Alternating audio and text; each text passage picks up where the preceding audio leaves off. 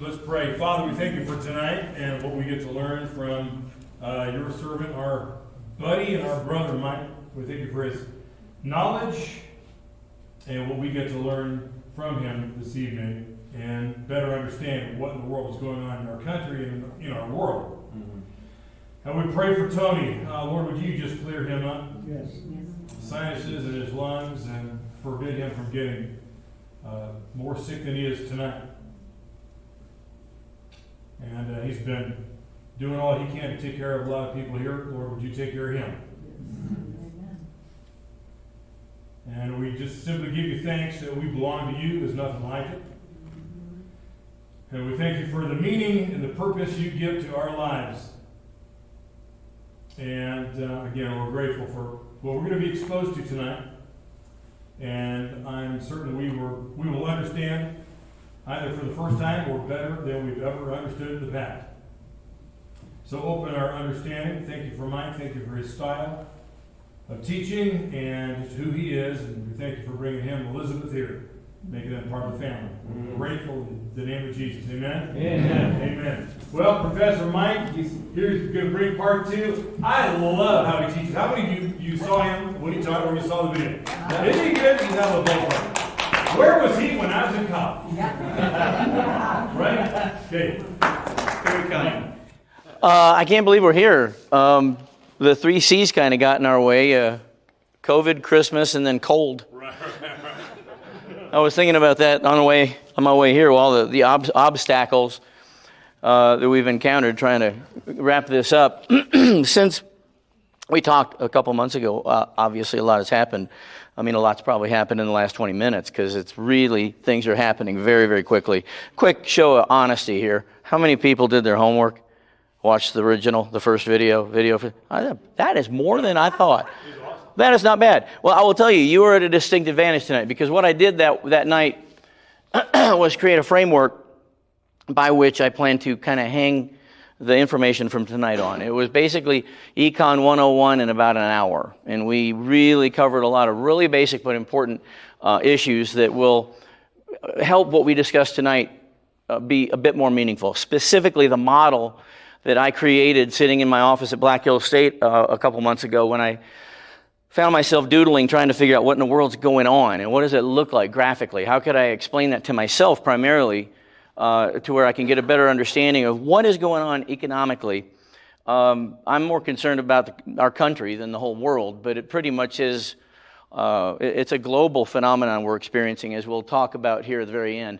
I'm a little nervous, not because there's people and I'm standing up here, but because I have a lot of material I want to give you tonight.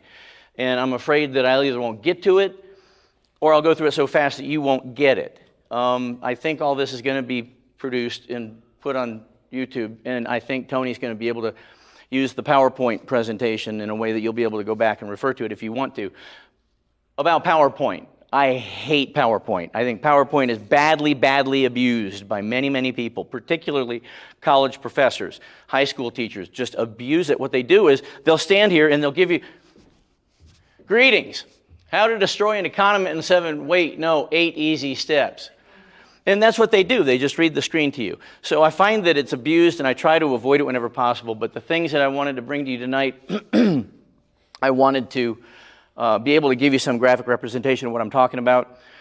And if you take notes, you'll be able to obviously get them a little more easily this way. Unfortunately, when you're using PowerPoint and you're not used to using PowerPoint and you look at it on your screen, the words look really big, and then when you see them from 40 feet away, they're not so big.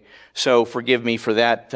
Like I said, I'm an inexperienced PowerPoint user, but I think we needed to use it tonight. Let me start out by explaining something that many people don't ever consider. I had been deeply immersed in economics for a long time before this ever really came home to roost, but it's really important that everybody understand this very important fundamental fact about inflation. People think inflation, they think a more expensive loaf of bread, a more expensive gallon of gas. And certainly those things are true. But inflation is insidious. Inflation is not necessary. Inflation is not a given. Inflation is not a natural, normal part of the universe, of which economics is the primary, predominant force. Okay? We have been conditioned and institutionalized over the past at least 100 years, since 1913 precisely, to be specific, with the passage of the Federal Reserve Act, to accept inflation as a given. And it is not a given. Inflation, in fact, is a tax, and it's a very, very regressive tax. But what that means is a progressive tax is where you're taxed at a higher rate the more money you make. A regressive tax is you are taxed at a higher rate the less money you make. And inflation is a very, very good example of this, because when the prices of things that you need go up, does Bill Gates notice? No. But does your grandmother notice? You better believe she does, because the things you need cost more and you feel it. And we've had this conversation in our house many, many times over the last several months. We cut back on a lot of things because we need certain things, and we feel it very deeply, this thing we're experiencing called inflation. Another thing I want you to consider when you think about inflation is not to consider the fact that things cost more. I want you to begin to think of inflation more accurately as described in the fact that your dollar is worth less. The leverage that you hold when you carry money into any establishment to trade with it is less every single time inflation notches itself up. What it really is a devaluation of a currency. But the reason it's a tax, and this is what people don't really understand, and when I explain it to you, you're going to leave angry. It's just true. Very quickly, the Federal Reserve was established in 1913 essentially to allow the government to spend money it did not have. Okay, it's an exclusive bank. It's neither federal nor a reserve. It's a privately owned bank whose sole customer is the federal government, the United States federal government. It was a beautiful arrangement whereby both participants in this deal profited tremendously. The federal government profited because it was able to actually have money printed for it over and above the money it received in the, quote, honest, traditional way through taxation, which is, next to death and war, it's a certainty. So, we have to pay taxes. We all know that. It's part of the deal. Tax rates is a whole different level of the conversation or debate. But what a government should do is collect taxes and spend those monies and no more. However, the problem runs into the fact that politicians like to get reelected, and they need to make promises to get reelected. The only way they can make promises to get reelected is to promise spending money on various groups, right? Okay, well, if that money that they've promised to spend is over and above the money that they can honestly take in the taxation function of the federal government, it has to get that money from somewhere else. The way that they established in 1913 was to do two things at one time. The Federal Reserve Act allowed the federal government to borrow essentially unlimited amounts of money over and above what they were taking in taxes. It also allowed the biggest banks in the country to form a cartel to where they were not competing with one another. They became one monolithic bank with the biggest customer in the world. It was a beautiful arrangement for both parties. And so that was the back scratching that each side of this equation enjoyed. The federal government got to have money printed for them anytime they asked for it, essentially.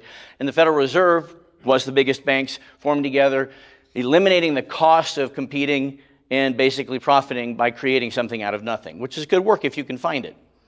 So, having said that, you got to know now, to connect the dots, the federal government's job is to collect taxes and spend those taxes in responsible, meaningful ways that we all generally agree on. If they cannot tax us more because they know we'll show up with pitchforks and ARs, then they're stuck. They've got a problem. They've got to figure out a way to get the money to fulfill the promises that they made.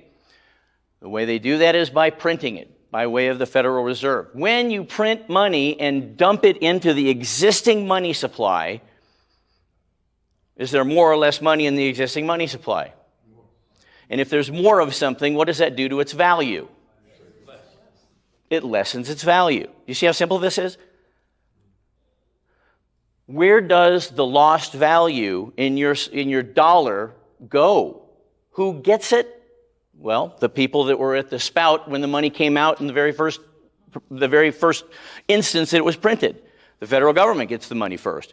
And they are able to enjoy spending that money at the current rate of inflation, but by the time it trickles down to the mailman and they go to the 7-Eleven and the clerk takes it home and takes it to their family and goes to the grocery store to buy groceries, it's worth a fraction of what it was worth when the federal government received it that very first day that it was, quote, printed.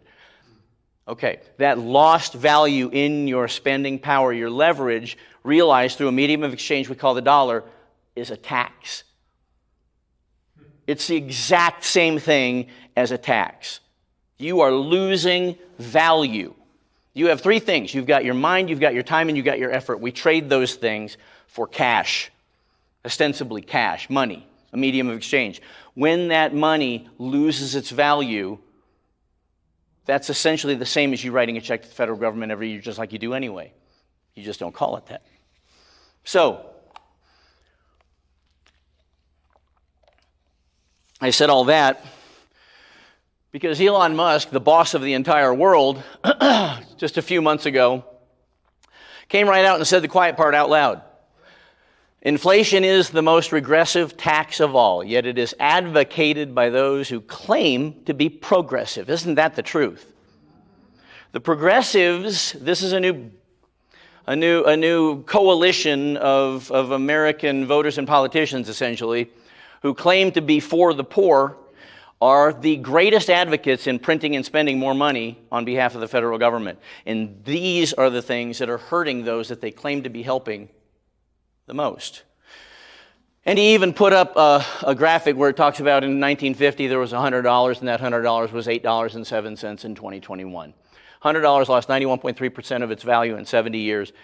Really interesting thing. I think I might have even talked about this a couple weeks ago, but if I did it, it's fun to hear twice. But in approximately 3,000 or 4,000 years ago in ancient Greece, if you had an ounce of gold, you could buy a toga, a nice belt, and a pair of sandals. In 2022, an ounce of gold will buy a businessman a coat, a nice pair of pants, a shirt, and a tie. The value of clothing hasn't changed. What's changed? How much we have to work in order to get it, right? The loss of value in your medium of exchange or your dollar.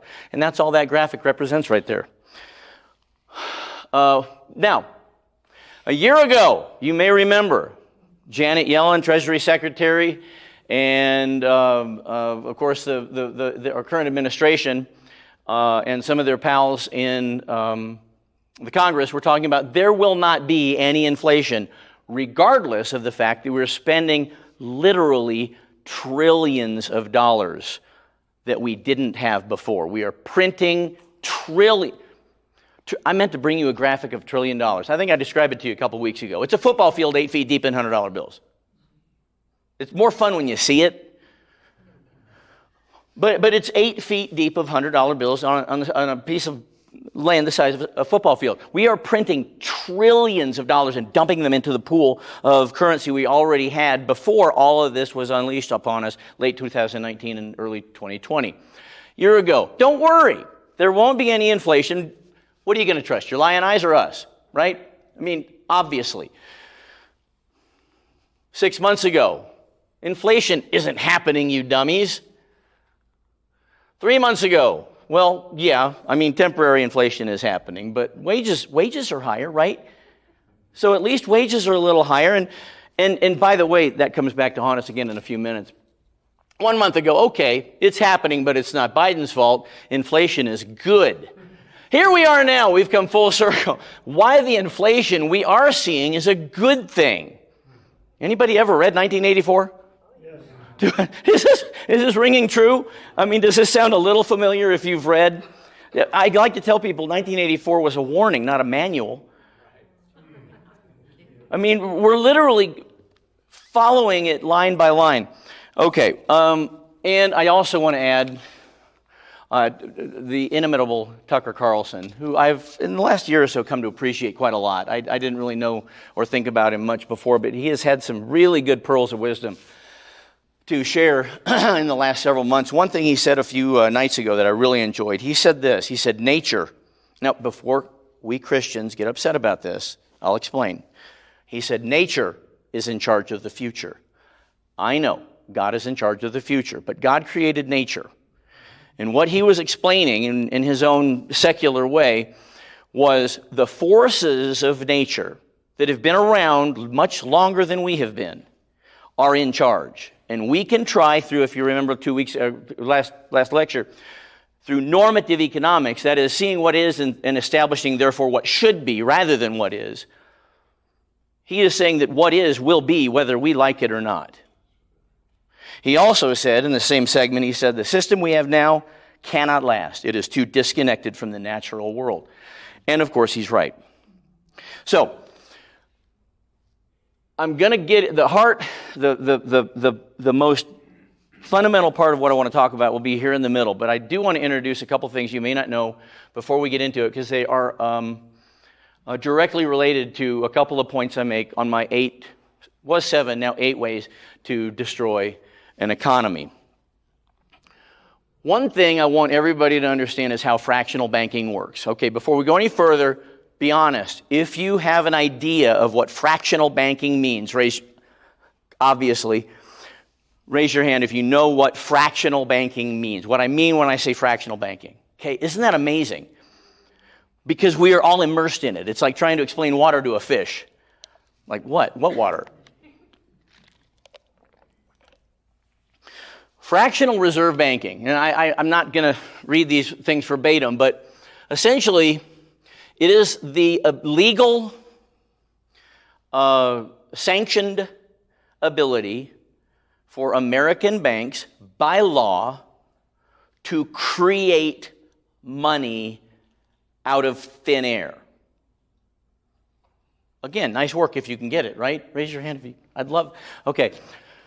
So just as a quick example, and I'll rush through these as fast as I can, let's say we got a brand new economy and we're going to put $1,000 into this system. So you've got $1,000 in the bank account. So the system has $1,000. Fair enough? Pretty simple.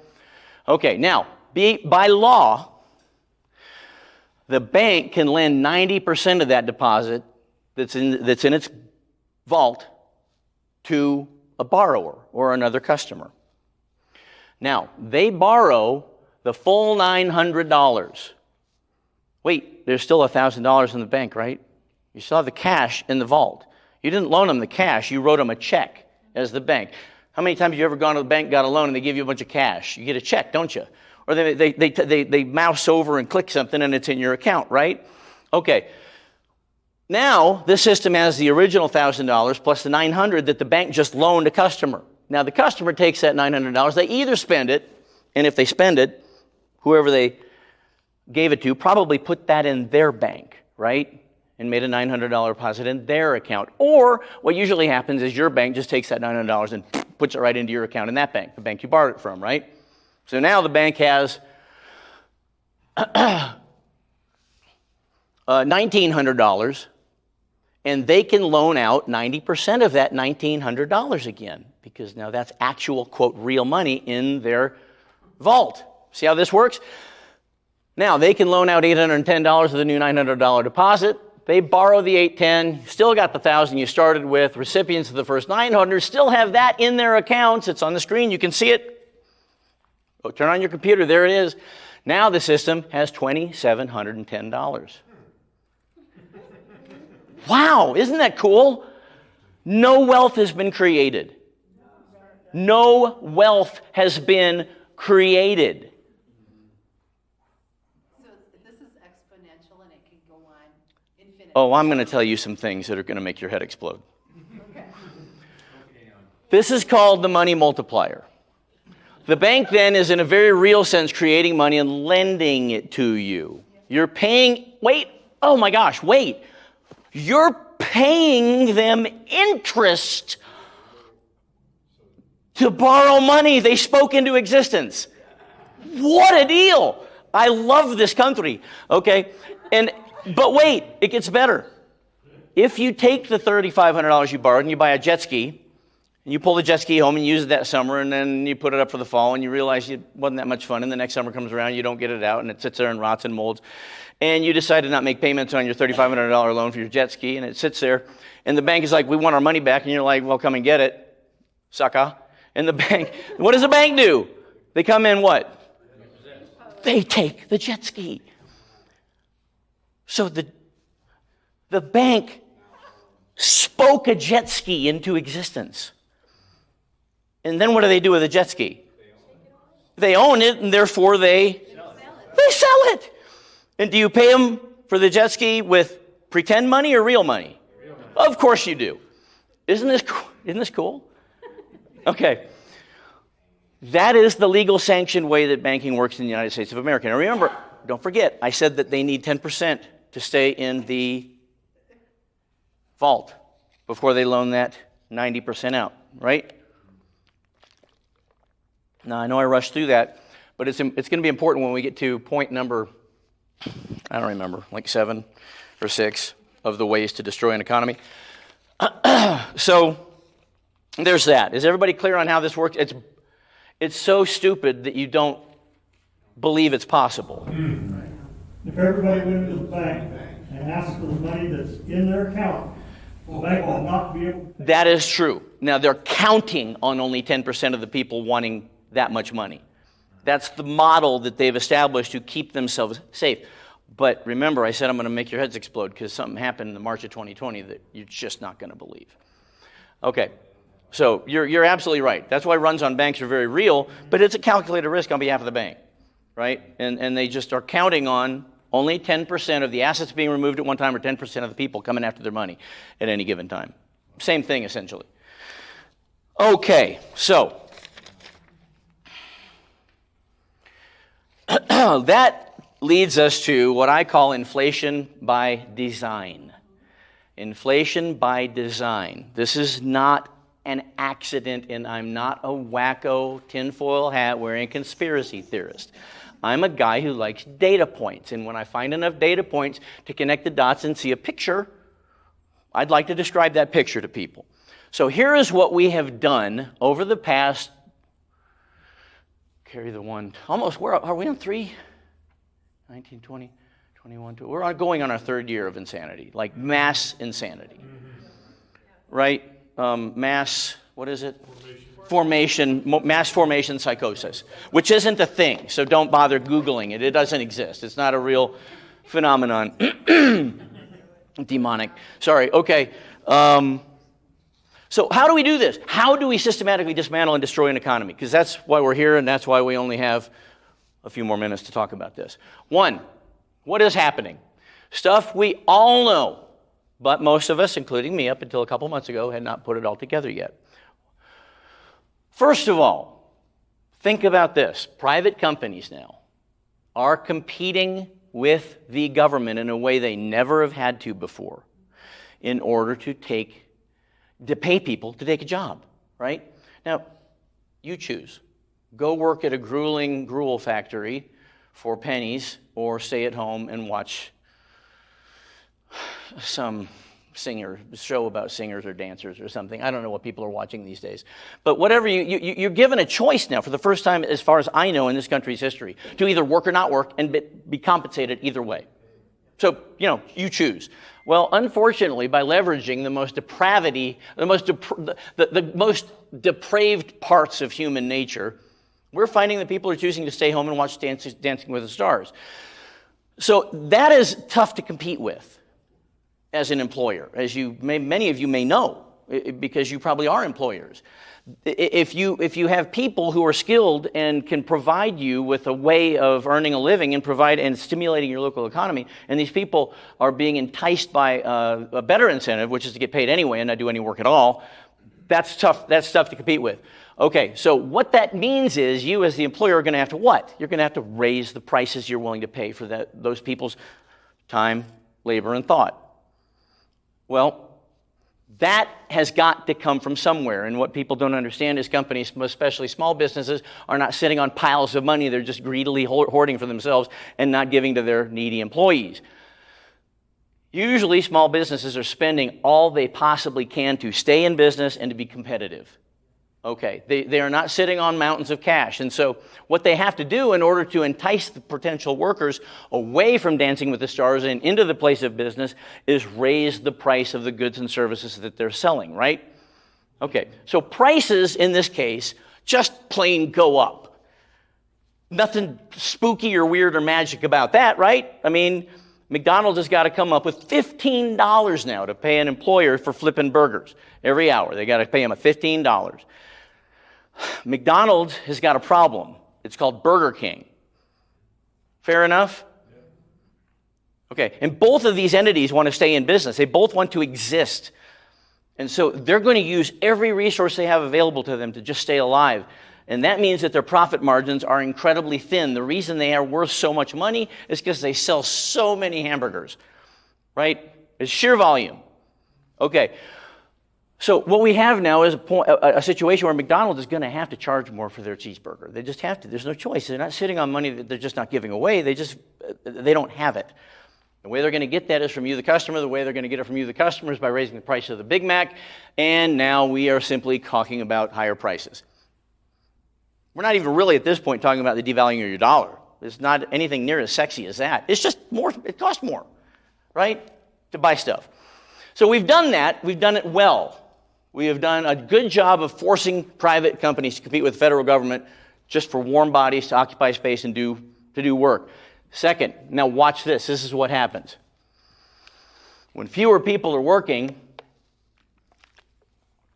clearly that affects how much stuff gets done, how many doolollies are made.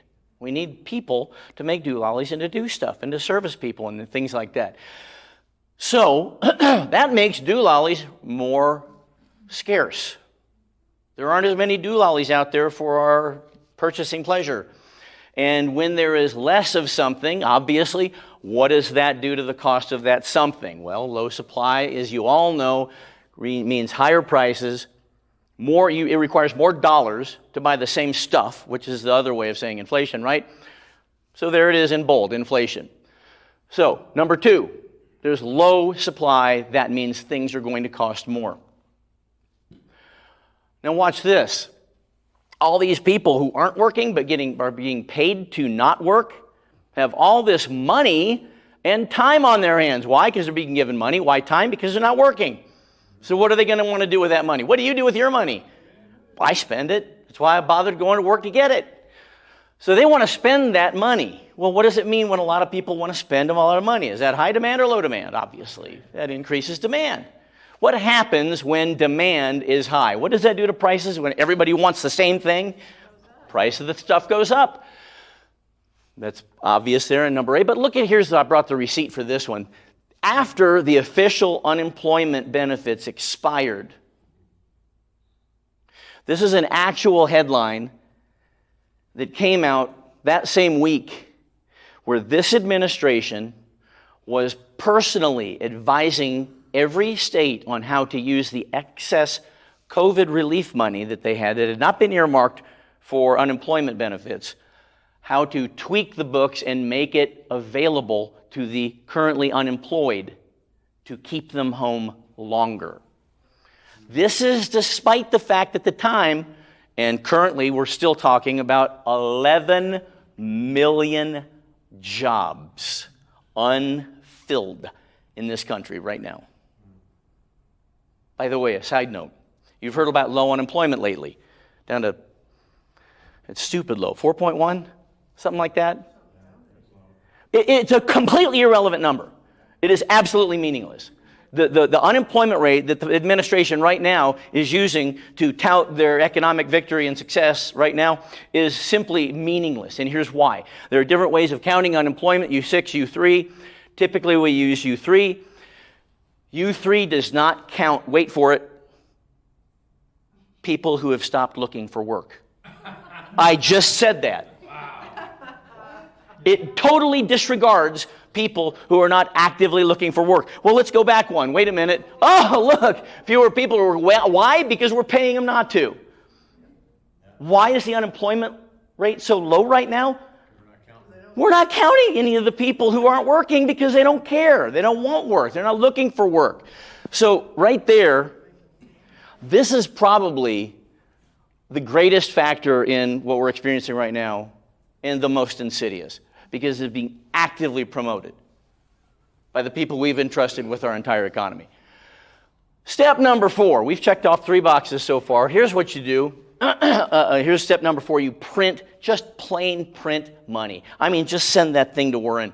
Print money, money, money, money, money. And how do we get that money into the economy? Well, mostly it is through a thing called quantitative easing.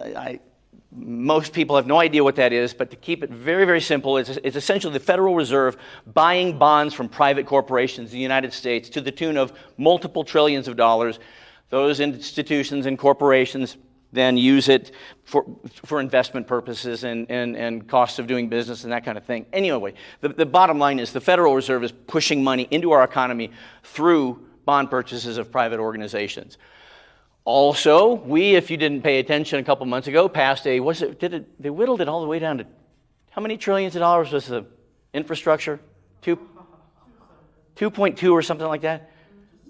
Trillion, that's the starter. The starter kit was 2.2 trillion, I think. It doesn't matter. A trillion here, a trillion there. Pretty soon you're talking real money. And so through these outright, deliberate, explicit government borrowing and spending procedures and quantitative easing, which is something you probably should look up. There's actually a video on YouTube. If you just type in bears, B-E-A-R-S, and quantitative easing, it's not the bears like the bears of Wall Street. They're these two little animated bears talking about QE, and it's not 100% G-rated, but it's pretty funny. So here we've got sheer money printing, right? I mean, to keep it simple, stupid, that, as we already established, the more of something there is, the less its value, the more its value decreases. Step number 5, now. You've been hearing about interest rates going up in the next year. They have boxed themselves into a very tight corner with this one. On one hand, we've had extremely low interest rates. The only place you can go after 0% interest rates is negative interest rates, and that's an actual real thing. It's been tried in several countries. We have actually talked about it. We've discussed it in the United States of America in the last year. Basically, that means you're penalized for not spending money. If you leave money in a bank, and if the bank leaves money overnight in their Federal Reserve account, they are charged for that money, for not loaning it out, right? It's to create a, quote, negative incentive for banks to loan money so they're not burdened with having to pay interest on money that they haven't loaned out. Negative interest rates is a real thing. I don't know if we're going to see it. Now, the Fed lately, in the last couple of weeks pretty much, has been talking about maybe going up in the interest rate a half point or so in the next year or so. I'll believe it when I see it. But when they do, that will actually cause real unemployment, because then people stop borrowing money and increasing the size of their business and the purview in which they enjoy hiring and creating jobs for themselves and the entire economy. So you suffer when you raise interest rates by virtue of the fact that it slows the economy down. Question nobody can answer right now, including me, is our economy cooking right along, or is it actually moving backwards? There's no way to know right now, because all these metrics are counter to one another. Okay, so here we've got low interest rates since, now wait, remember March 2020? I said, your head's about to explode. Here comes the moment in time where you better hold on to it tight. March of 2020, they lowered interest rates to 0%. Okay, well, that's pretty kind of cool if you're a bank, because you borrow money for nothing, and you loan it out at 2, 3, 4, 5, 7, 20%, whatever it is that you happen to perceive as your risk to any particular borrower. So it's pretty good policy if you're borrowing money in order to loan it out again. But that free money is incredibly detrimental to an overheated economy where inflation is running rampant, because it essentially makes money. Well, I already explained to you how the money multiplier works, right? Okay. So if the bank and the money that they're loaning you doesn't have to pay anything for the money that they're borrowing, they're going to be far more likely to loan the money, right? Well, guess what else happened in March of 2020? And nobody knows this. Yep, that's what it says. March 2020, remember that magical 10% that they had to keep in their vault before they loaned anything out? Wow. I'm going to give you a minute. Wow. Grown-ups did that.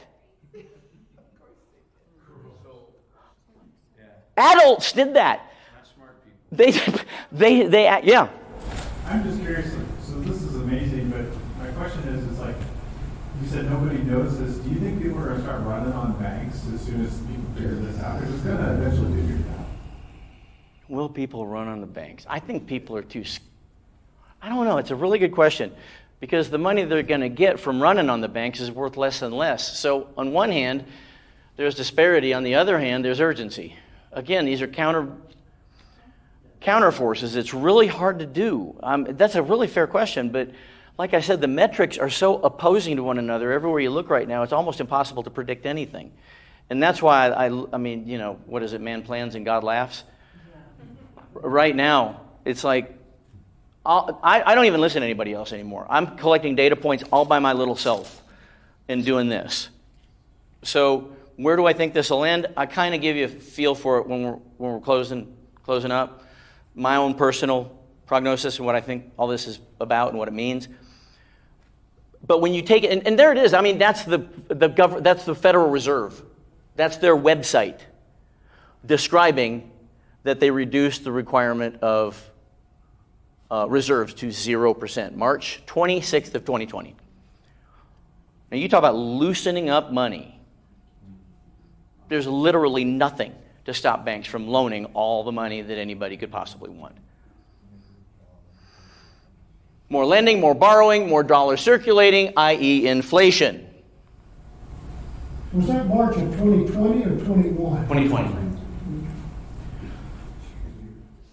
Now, velocity is a term that many people are not familiar with. Basically, it's how often a dollar switches hands. When we are all at home being scared, dollars don't switch hands very often, right? Especially if you're required by law to stay in your home. But when those laws are relaxed and people begin feeling like they can stick their little head out of their front door and maybe go down to the 7-Eleven and get a Slurpee, okay, well, money starts to change hands more frequently again. That velocity essentially means more dollars are circulating more quickly, which means they're being used more frequently. Yeah? What's the difference between velocity and liquidity? Liquidity is how easy what you have is spendable, how easily you can spend what you do have. Like a dollar is really liquid, and a stock is sort of liquid. Because you can sell the stock and get a dollar and then spend it. Or you can even trade stocks. Like something that's illiquid, I find precious metals to be fairly illiquid a lot of the time. I'm not a big fan of them, but especially if you're trying to make money. But if you're trying to preserve wealth, it's not a terrible idea. Just don't think you're going to be switching gold coins into bottles of milk real fast. That's just not a terribly realistic scenario. In fact, I'm one of those guys, and this is kind of a tangent, but you know, if all hell were to break loose and everything just was completely chaos and there were no dollars and everything was basically a trade commodity kind of environment that we would find ourselves in, I don't find gold or silver or any of these precious metals to be terribly useful because they're not very liquid. I mean, how do you even know what anything's worth with regard to a tiny little gold coin? And if it's part of that gold coin, how do you split the gold coin up? And by the way, the person you're trading the gold coin for the chicken, what are they going to do with that coin? They're not going to eat it. I mean, those are the times that you're not so concerned about mediums of exchange. You're much more concerned with the exchange, right?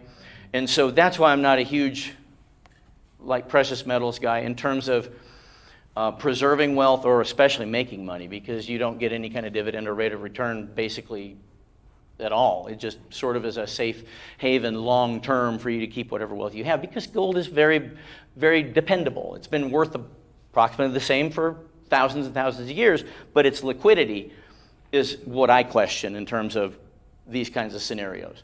That's just my opinion. That is not investing advice. Not licensed for that kind of thing. We've got this idea that people buy it just on that notion, and then they hold on to it forever. They don't actually look at it as an investment. If it goes up and it makes you some money, you know, cash out what you made on the thing, or you don't look at it as that. You just hold it for this big payout at the end, and then. And that's the thing with gold, is there really has never been a big payout. There's just been the preservation of what wealth they had when they bought it in the first place. And then if you have a big crash and gold goes up to an astronomical number, you got to be there right on that day that someone else has got some money to give to you for it. And then if it's an ETF, you got to trust that the gold you actually purchased is still there. And if you have actual physical gold, again, I ask you, are you going to get? I mean, you're going to shave off little pieces of it, and here's a chicken. You know, I mean, I don't know.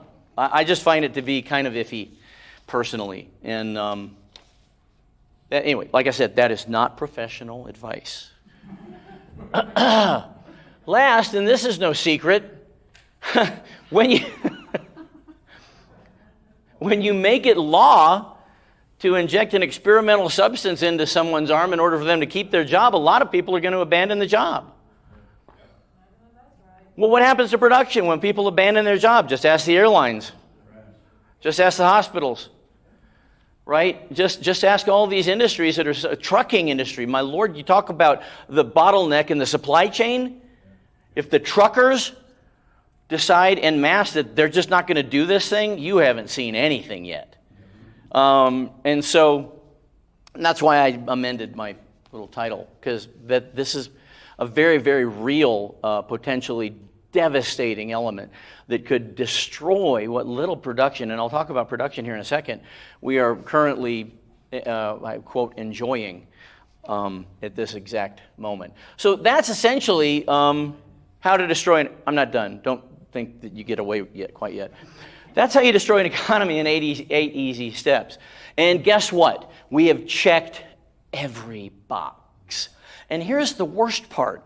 The people that are checking the boxes, they know this. They know this. This is not a secret. I'm going to show you something Janet Yellen, the Treasury Secretary, said a little while ago. It's like, no, you're not stupid. You're just not. I know you're not stupid. I know you're not stupid because you're Treasury Secretary. You had to know a few things at least to get to that point. So what was it? It was Napoleon Bonaparte said, if you're given the choice between stupidity or malice, go with stupidity, because it's far more easy to explain this behavior through stupidity rather than attribute it to malice, in fact, is what he said. As I told my students when we were pulling out of Afghanistan, I said, at some point, though, y'all, you're sitting at the base of Mount Stupid, and and it's infinitely high. And you're like, there's no way we could still exist as a species if there's that much stupidity. I mean, we would have been extinct if we truly were that stupid. And so at some point, you got to go, no, stupidity's not the answer. This is pure evil.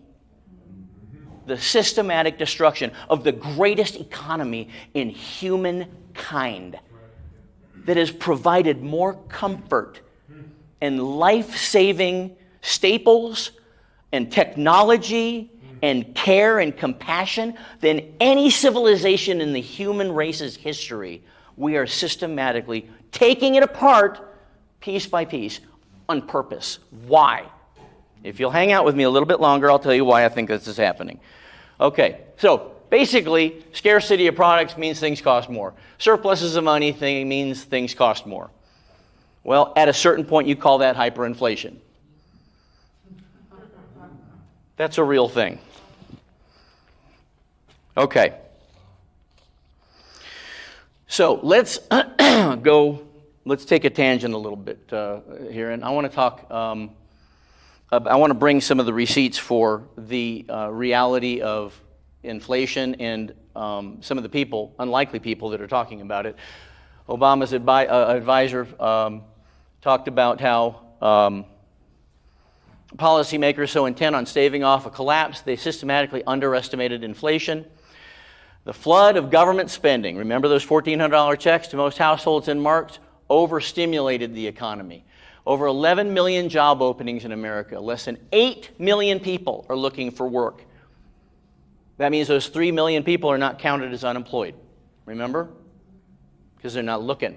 So now there's 3.6 million more jobs than there are willing to take them. And the job openings are expanding. About 3 months ago, it was closer to 10 million were the number of job openings. I don't know if you've been paying attention, and forgive me for not having the exact precise numbers. You might actually remember them. August, 3.4 million people quit their jobs and did not find a new one. What comes after August? September, it was in the mid-threes. November came in just last month as 4 million people quit their jobs and did not get a new one. What? No, honestly, they've adopted this new culture that has suggested that work is bad, that the pursuit of accomplishment and the definition of oneself by who and what they do, right? What's the first question you ask somebody you meet them the very first time? Their name, and then what's the next thing you say? What do you do? Everybody asks that question. Why? Because it's integral in who we are. And that integral component of who we are is being desecrated and decimated and destroyed. It is considered now beneficial to eschew the work ethic, as proven by the fact that our own administration is going out of their way to advise states on how to pay people to stay home. And if you don't buy into that ethos, there's 11 million job openings and only 8 million people looking for jobs.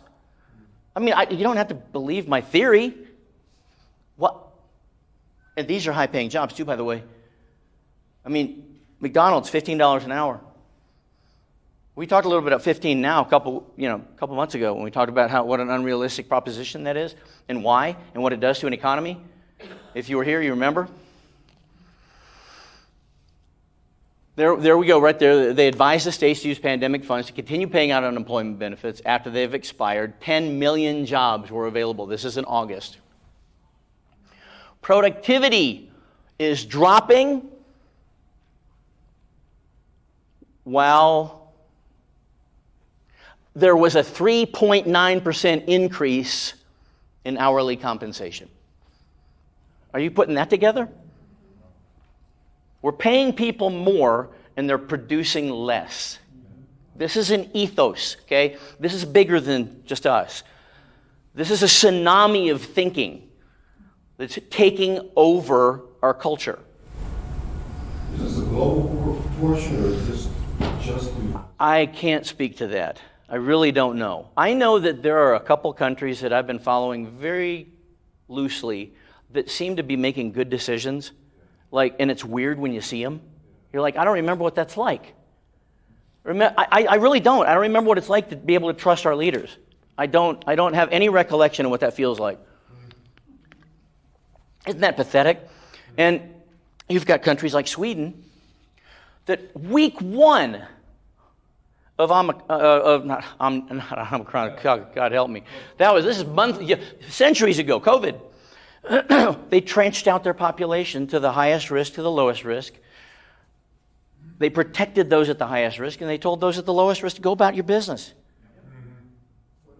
Keep engaging. Keep trading. That's how they eradicated MRSA too. They had the same levels of MRSA as the United States did. They did the exact same thing. They cut off all antibiotics except for the people who were the most at risk, and MRSA disappeared. And that was Sweden. And you know the thing about Sweden and the Scandinavian countries in general, and I'm going way off the reservation here. Geez, that's not even politically correct. Okay. They're a very homogeneous population, right? And this is obviously not exactly right, but they're family. I mean, they are very, very closely related.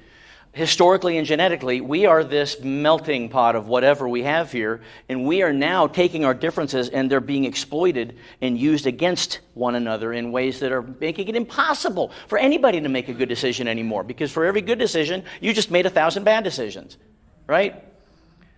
And literally, you can't make a good decision in this culture we've created for ourselves at this point. But again, this isn't where I'm supposed to be going right now. Just to understand, we paid people more and they did less. Slashing 2020 economic growth forecast. Now remember these headlines because I'm going to talk about them when I put together my grand model here. Okay, these are just data points that you can look at and understand. I just brought these to show you the receipts, and I've got literally thousands of these. I mean, I have been just spending copious amounts of time in the just pouring over data points and articles from sources that I sort of trust, okay? And the sort of trusts come together and create a trust, because if there's no disparity between these sources that I find, then I can finally find a data point I can actually use. Janet Yellen, now this is, remember now, this is, when was this? This was, I don't have the date on it. I think it was early last summer. Janet Yellen, Treasury Secretary, inflation is high, but hey, it's not like the 70s. Don't worry about it. It's nothing, nowhere near as it was 50 years ago, you know. They weren't, the policymakers back then, back in the dark ages of the 70s, policymakers weren't trusted by the public to deal effectively with inflation. But now everything's There's no evidence that that's the case now, except, oops, wait, oh my goodness. Annual inflation just 6.8, not seen since 1982. That's awfully close to the 70s, if you ask me. Is she? In the 70s. Well, the late 70s, we had the inimitable Jimmy Carter. That's right. Who has been an interesting, convenient reference point lately, hasn't it? 15 to 17%. Yeah, double-digit inflation. I was old enough to remember that. So, sure. But this isn't like that. So don't worry. Because remember, a year ago, there's no inflation. 6 months ago, there might be inflation. 3 months ago, there's inflation. Now, inflation's good. Now, this right here, this is, I can't, it's hard to do this with a straight face.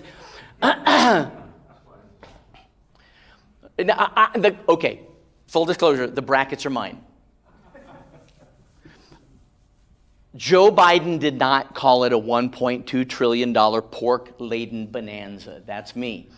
Okay, but I thought that just to clarify the point here, he is suggesting, and he had a bunch of pundits that followed him around saying this exact same thing, some on MSNBC, some on CNN, some on various other places, that the way this is supposed to work is, see, they're going to print all this money and give it to everybody, and then we will have money that we can use to fight inflation.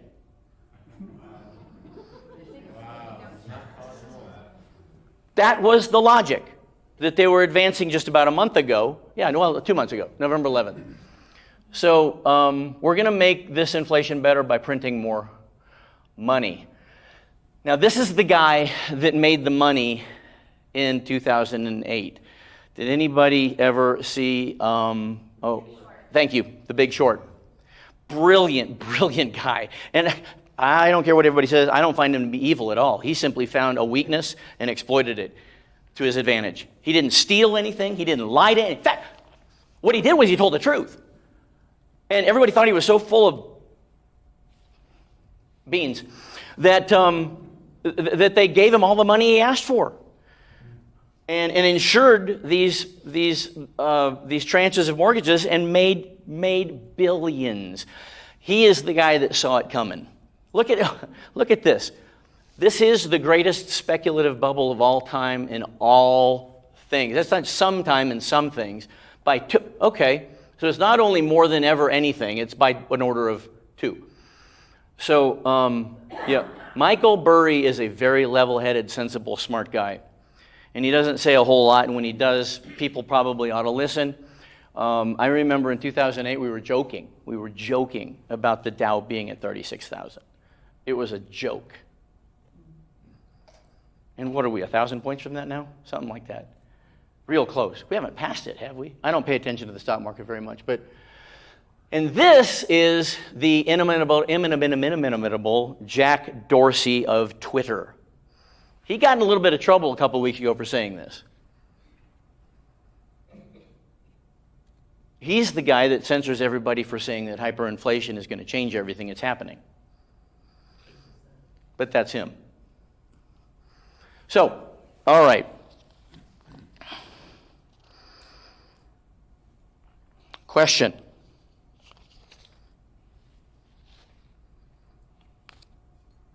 Why? Dow's at 36.2. Thank you. Isn't that something? That probably happened today.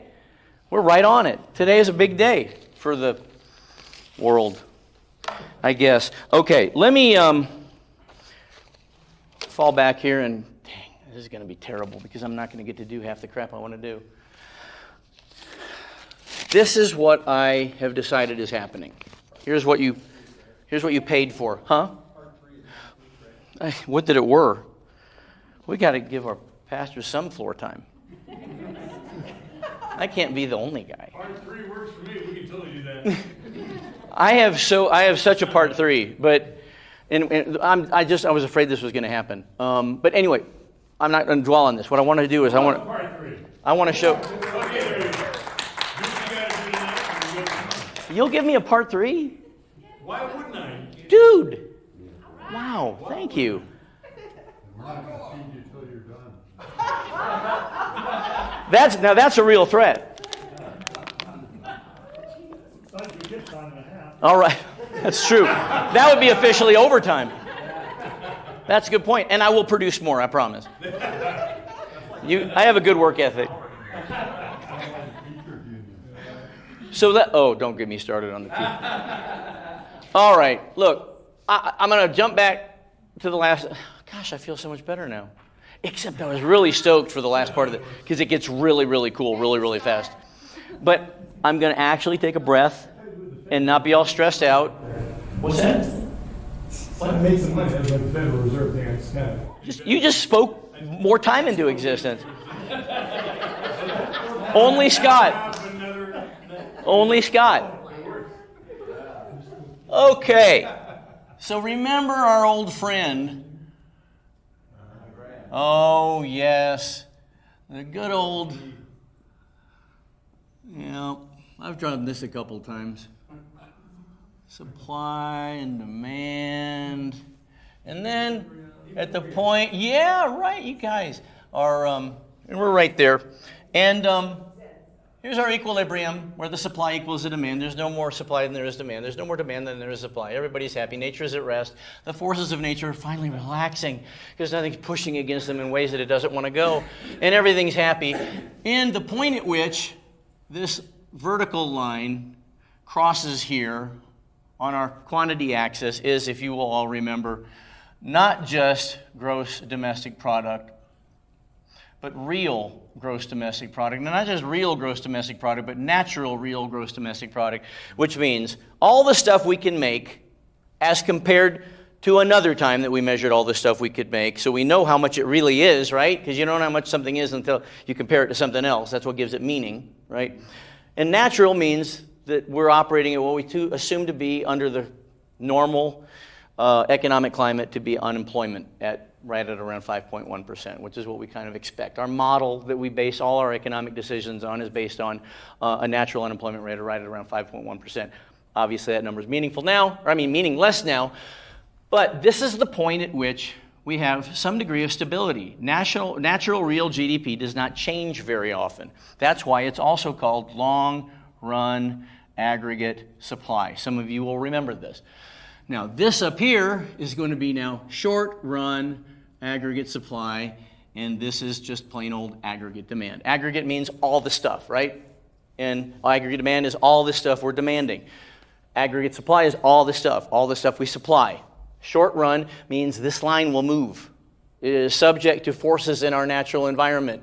It can move right or left, and that indicates the quantity of stuff that is or isn't being supplied. Same with demand. Aggregate demand moves right or left based on the quantity of that which is demanded. Fair enough? I mean, some of you might still, but it's in the other video, so you can watch that. Anyway, long-run aggregate supply, if you remember, is the quantity of all the prices, right? All the prices, all the way from, remember, a stick of gum to 120,000 F-350. It's gone up $10,000 in the last 2 months. I just made that up. So inflation never corrects itself as these freighters, these ships that are out to sea start unloading themselves and moving back into the economy starts moving. There's a lot of moving pieces. That will certainly slow its increase. But will it shrink again, or will it continue? The word on the street right now is no. No, we're stuck right now. We're stuck at the current rate, not only the inflation, but the rate of inflation. Because from what I understand now, like for instance, the poultry, Yep. or the producers of the whole industry of the meat industry, Yes. they're keeping these prices there, and they're not going to take them down. Okay, Now, that. they found out we're going to pay that. But see, we're not, because demand is dropping for some of those things too. And remember too, unless they form a cartel, they can't do that. Because the minute one meat packer decides to do that, the other meat packers are like, oh boy, oh boy, oh boy, we'll take their business.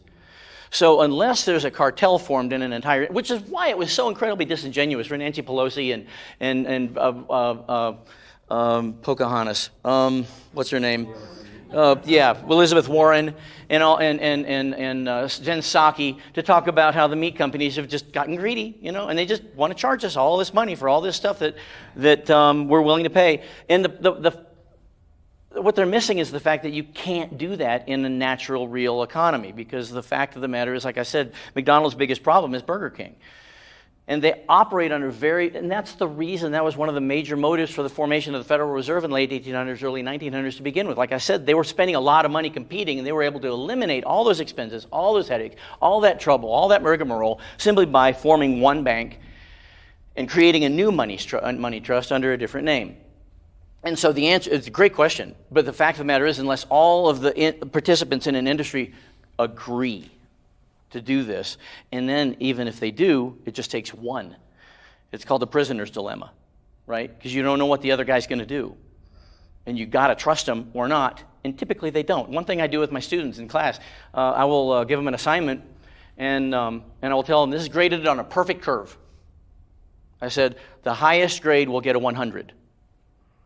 And one guy will always go, so if none of us do anything and turn in nothing, we'll all get 100? I go, yeah. You'd better trust every other one of them, because if one of these guys answers one question, he gets the 100 and everybody gets a 0. So, no. And the poultry farmers aren't going to do that either. So, yeah, the prisoner's dilemma is a funny, interesting phenomenon. Anyway, okay, so here's how this works. Long-run aggregate supply is where we are. It should be very stable, fairly stable. It moves a little bit, but it takes decades for long-run aggregate supply to move right or left. Short-run aggregate supply moves all the time. Aggregate demand moves all the time. This is how it's supposed to work. Sometimes, for example, aggregate demand will shift to the left. That lowers our price of everything. One of the things, there's only 3 things. There's labor, stuff, and money. That's all the stuff. That's everything. There's 3 things that you can buy. You can buy labor, you can buy stuff, and you can buy money. We just call that interest, right? This is wages. And stuff is stuff. Okay, prices. So what you find is when aggregate demand shifts to the left, prices drop. That means the price for labor drops, which essentially means that you're more capable of buying labor. Okay, which when you are more capable of buying labor, that's going to increase the short-run aggregate supply again. And you're going to be back at equilibrium at the long-run aggregate supply. This is very typically how a natural economy, when left to its own devices, works every time, whether it's an inflationary or recessionary. Inflationary does the same thing, just on the right side of long-run aggregate supply. It goes from here to here to here. Now, many of you are thinking, yeah, but this new price 3 is lower. But guess what else? Wages are lower too. And as long as income is attached in some way to prices, everything's fine. Right? I mean, if you make a quadrillion, bazillion, impossibillion dollars a minute, but a Big Mac is $8 quadrillion, yeah, it doesn't matter. Okay? And so, as long as prices are somewhat attached to wages, everything's okay. Doesn't matter what the prices are as long as they're connected. This is the way things should be. This is a positive economic analysis. This is how it is. Remember a couple of months ago we talked about the meadow with the stream coming through and the deer on the right and the bunnies on the left and the slight rise on the right with the tree line and all that. And you walk on this meadow and this is how it is because this is how it is. I mean, the explanation is more complicated than that. It's what time and nature and the forces therein said should be. And you can walk in there and you can think, what a lovely pastoral setting, I'll sit and enjoy it. Or you can actually say, no, I think the deer should be there, the bunny should be there, the tree line should be there, the stream should go that way. And all hell breaks loose because that's not based on the forces of nature. Remember what Tucker Carlson said an hour ago. Nature's gonna win. It always wins. Always. What are you gonna say? Way back when you were at number 3, Mike, I was thinking in terms of when you had the arrow on the left side in the first session, you were talking about external forces. So if there are external forces, and this is kind of in keeping with Michael's question as well. So if there's external forces that are forcing prices, supply, whatever, and it shifts the equilibrium. If I'm hearing you right, or I'm understanding... It doesn't shift the equilibrium, it destroys the equilibrium. It breaks it up into two disparate, unequal, unstable parts. Or the intersection, let me Yes. say that. The intersection point, which is not equilibrium, Right. will in fact move. But if the external force is then removed, then things should find their way back. It'll go back to how it was. But guess what? Even if the external forces aren't removed, it's still going to find itself. And it plows over. I mean, it doesn't take any hostages. It destroys people on its way back. So in order to keep going the way whoever they are right now, is trying to go, it would take more and more and more force. So your 8 becomes 9, becomes 10, becomes... If there are different ways. But the fact of the matter is you're never stronger than nature. You just aren't. Every single time it's going to win. And that's why Tucker said what he said. He said nature determines the future. We don't. Nature does. And without getting into the theological ramifications of that statement, I think we're on the same page regarding, the context of the point. But the fact is, nature, this is the strongest force in nature. Forget about gravity and magnetism and all these other, the momentum and all these things. Nothing compares to economics. Nothing comes even close to the force of equilibrium. It is literally all of nature seeking rest. Seeking the place that it needs, that it should be if we didn't come in and mess with it. And it always finds its way. And it tramples and steamrolls over whatever's in its way. We're about to find out. We really are about to find out how strong a force economics is as a piece of data. That's why I call it, we discovered economics. We didn't invent it. Can you tell? Because it's just like electricity or gravity. Look how the influx of people are coming to South Dakota. Oh, well, that's equilibrium seeking. And look at the price of, it's a buyer's market. Sure. And I mean, it's really the price of real estate. I have a house for sale in St. Pat, if anybody. Oh, yeah. Honey, what did you say? 29%? 21.7%. And how many months? It was compared 2020 to 2020. Year over year. No, that's insane. That's just amazing. But, okay, so this is the way things ought to be. Take a picture of it with your brain, because I'm going to erase it. And then we're going to do this thing, and then for the grace of Scott, I'm going to close and finish up. What's that? I readily accept. I gratefully receive your blessing. Oh, I still haven't erased that. I did not put that there. That's a sponsor of the lecture tonight. I married a Georgia Bulldog, for better or worse. That's right. Go! Right? Okay. Does anybody want to know what's happening? Okay. This is what is happening as far as I can tell.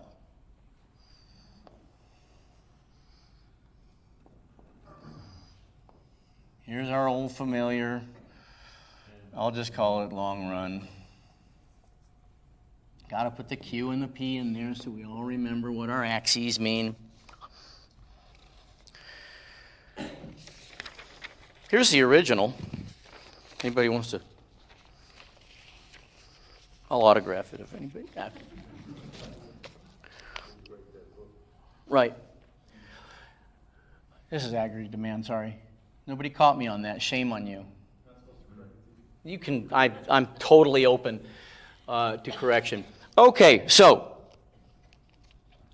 without going into specific actions that have occurred to cause these phenomenon to unfold before us, I'm going to trust you to just understand that all the aggregate of everything we've talked about up to this point comes into play with regard to what I'm going to show you is happening right now. We just went over this a minute ago. Aggregate demand since, say, mid-2020, when all the money started flowing in everybody's bank accounts without them even asking for it. Aggregate demand has been increasing, that is, moving to the right, because we want stuff, right? We want to buy stuff with the free money we're getting. That's why we have the money to begin with. Meanwhile, since we're at home demanding, short-run aggregate supply is decreasing. Why? Because we're not at the factories making things, building things, inventing things. So here's our price point. Here's our new price point, but guess what?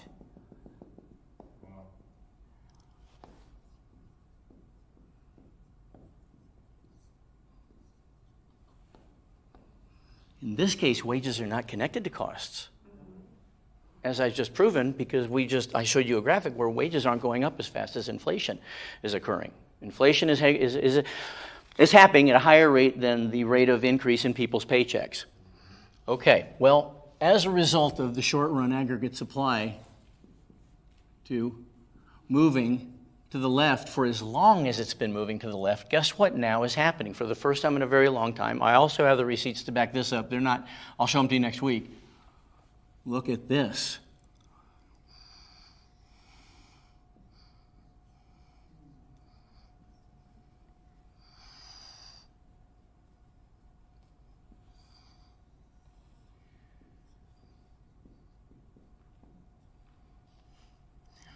And this.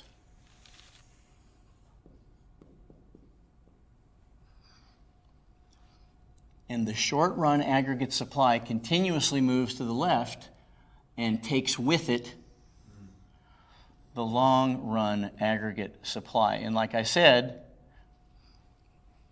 I've got data points to show you that this line, this immovable, immutable, dependable line that we count on to define our economy, is moving to the left. Now, it's one thing when aggregate demand and short-run aggregate supply move, right?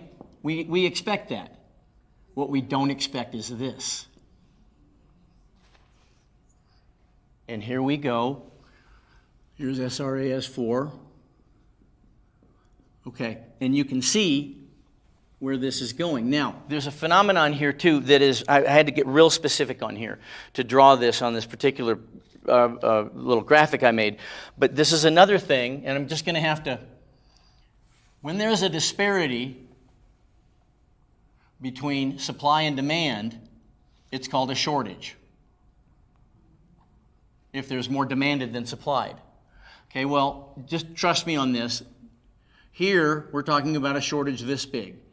Here, we're talking about a shortage this big.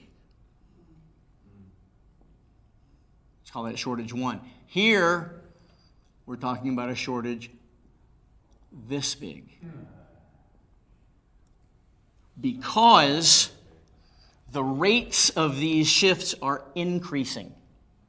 Therefore, the disparity between the points at which they intersect is causing a greater disparity between the points as they cross our equilibrium. Now, I'll put this actual graphic online so you can have access to it, because it's like I said, it's very specific. But the point is that production is falling faster than demand is increasing, and that is why the shortages are increasing. This is a weather thing, natural. Yes, but not with regard to that. That's a very relevant point. And weather and natural disaster always impacts aggregate demand and short-run aggregate supply. But almost never does it affect something as big as long-run aggregate supply. The only way long-run aggregate supply can be impacted is by a dramatic hit to short-run aggregate supply time after time after time after time after time. And we've watched this happen steadily, regularly for 2 years now. We're not making anything anymore. And look at the store shelves. And I've got pictures of that too. Jordan. A little bit off topic, but related, or at least... From you know. So, just curious, in this analysis, right, where we're seeing the price dramatically increase while the quantities decreasing, and going with your aggregate demand, I am curious with the M1, M2, M3, and the measures of that currently, because what about Weimar Republic? And didn't we see something like this during the Weimar Republic before? Not a market collapse, but a monetary collapse. Weimar Republic and Venezuela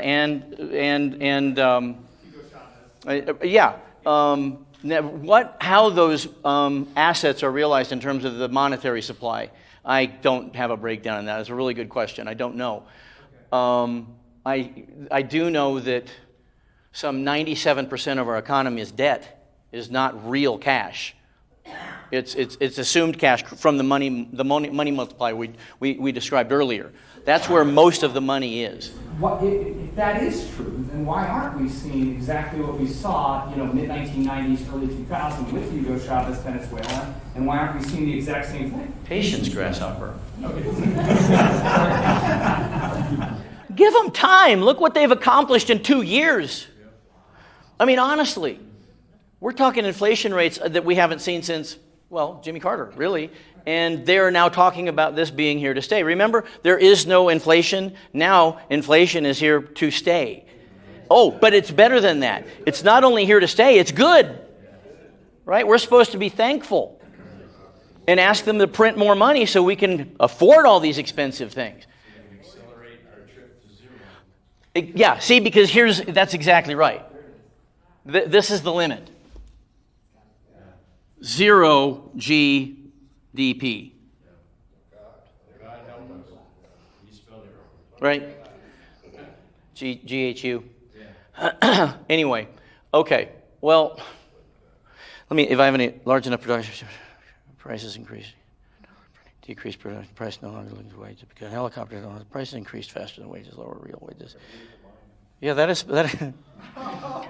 essentially is what we're dealing with right now. Okay, and I have not seen anybody yet put these disparate elements together to show not only the rise in the price with regard to short-run aggregate supply and aggregate demand, but with regard to long-run aggregate supply, which is a very real metric that you can look it up. You can look it up. Not only has GDP fallen short by several points, as the prior estimate has suggested it would be over the past year and a half, but right now, they're already discounting the projected GDP for 2022. So the rate of growth of GDP is decreasing at such a rate, and we have to have a certain amount of growth in order to maintain this thing that we call an economy, again, that was established in 1913 and depends on inflation to keep going. So, yes, as long as the long-run aggregate supply continues to march inexorably towards zero, we're going to continue to see these increases in price, not only as a normal function of short-run aggregate supply and aggregate demand naturally moving right and left as they do, but by virtue of the fact that we are not producing anything, we're not supplying anybody with anything, and not only that, we've got the supply chain bottleneck of things that have already been produced that can't even realize the store's shelves. We can't even get them here, and trust me, if we have a vaccine mandate on truckers, it's going to be a lot worse. A lot worse. So, this in a nutshell is what it looks like. And this is, like I said, bringing into account all of these disparate but very, very tightly related elements. And kind of what we can see coming in the near future. But I do want to move on from that model to the question why. Remember last time we met, the number one most important question you can ask is why? And it really is. But anybody for bonus points remember what the second question should be? And then what? What next? And then what? And then what? And then you just keep asking, and then what? Like a petulant 3-year-old, right? And until they don't have answers anymore, and then you win. But we're gonna talk about why. thank you, next week. And that's something. Some really good graphics for that too. So.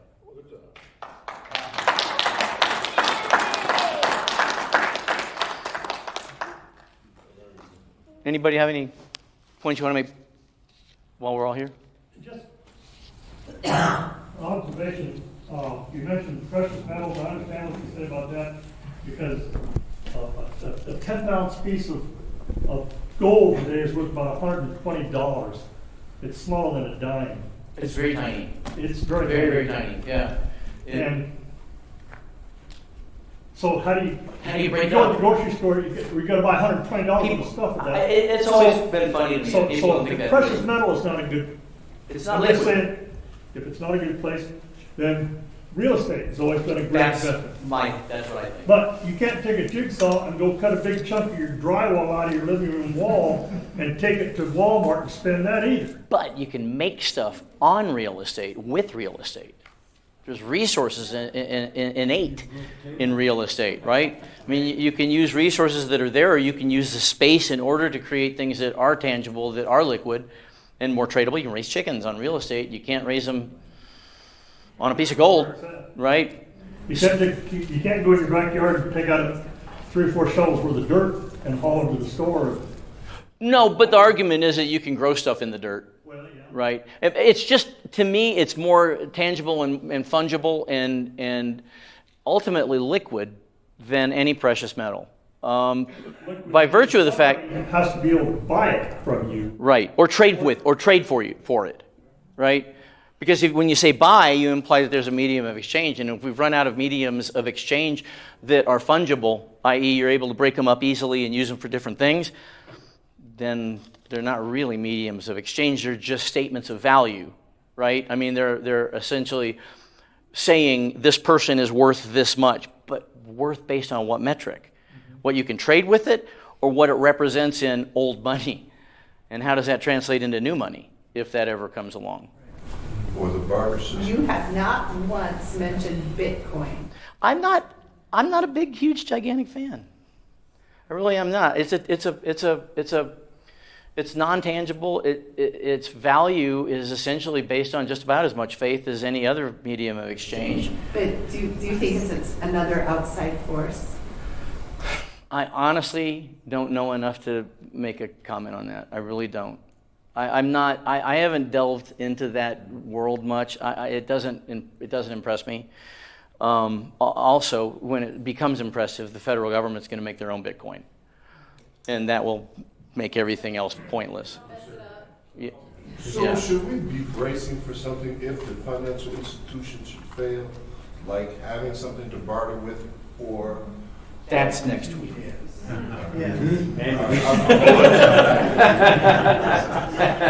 Magazines. Bitcoin. Chickens. Not birds. But expanding upon my thought, and cash in the bank is not any better than anything else, because, so should we be taking our money out of the bank and putting it in our mattress? What I say is, people, right now is a really good time to be in debt, because you're paying back dollars you borrowed with dollars that are worth a lot less, but only if you can pay it off like that. That's what I tell people. I said it's not a bad thing to borrow right now, as long as you don't buy anything with the money you borrowed or with the tangible things that you bought with what you borrowed. If they have any kind of permanence. You know, because I've always wanted to die at $2 million in debt. That actually is the best possible, especially if you don't have anybody else, trailing behind you that's going to have to go, what just happened? But at that point, you've got other problems or concerns of one way or another, yeah. Hopefully benefits. Hopefully, in your case, benefits.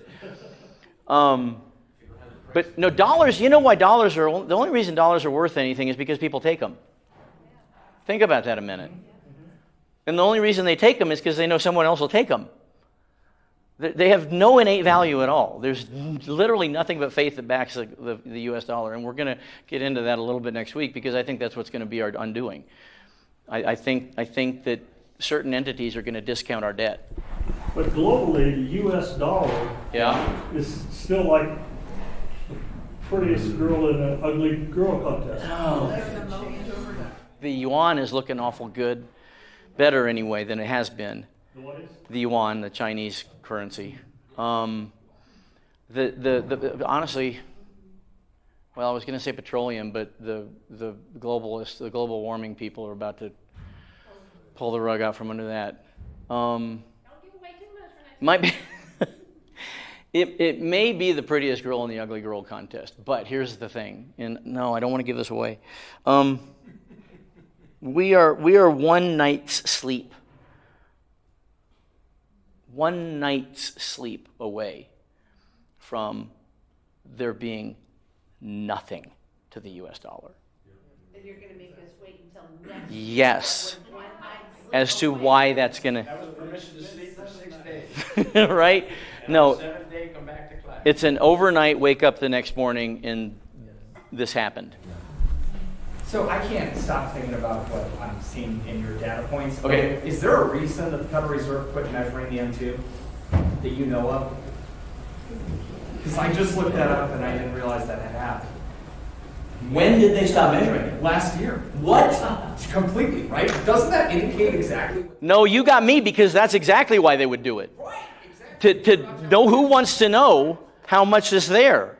Okay, sorry. I just can't stop spinning my... Okay, well, you gave me something I need to. The M2 money supply. Thanks, Jordan. Yeah, sorry. We're reading ahead.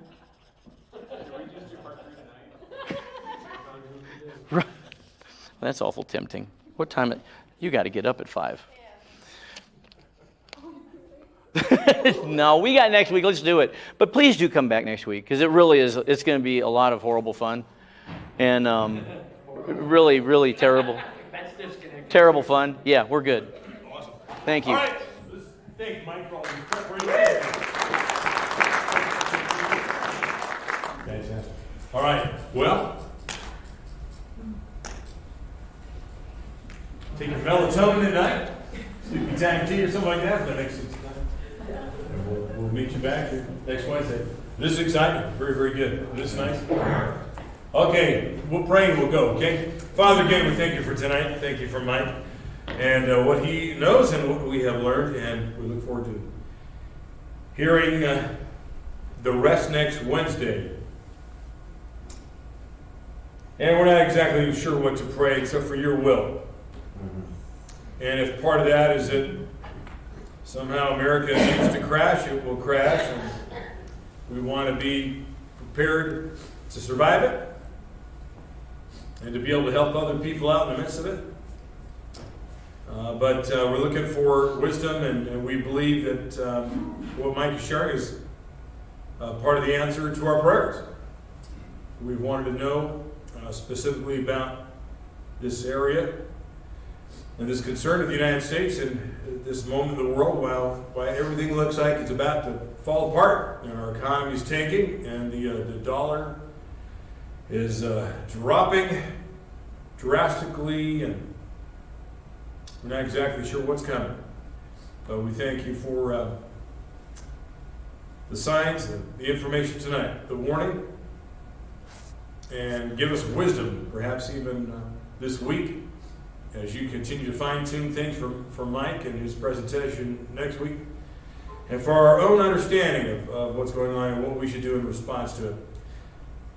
And we're asking now for safe drives home, in the name of Jesus. Amen.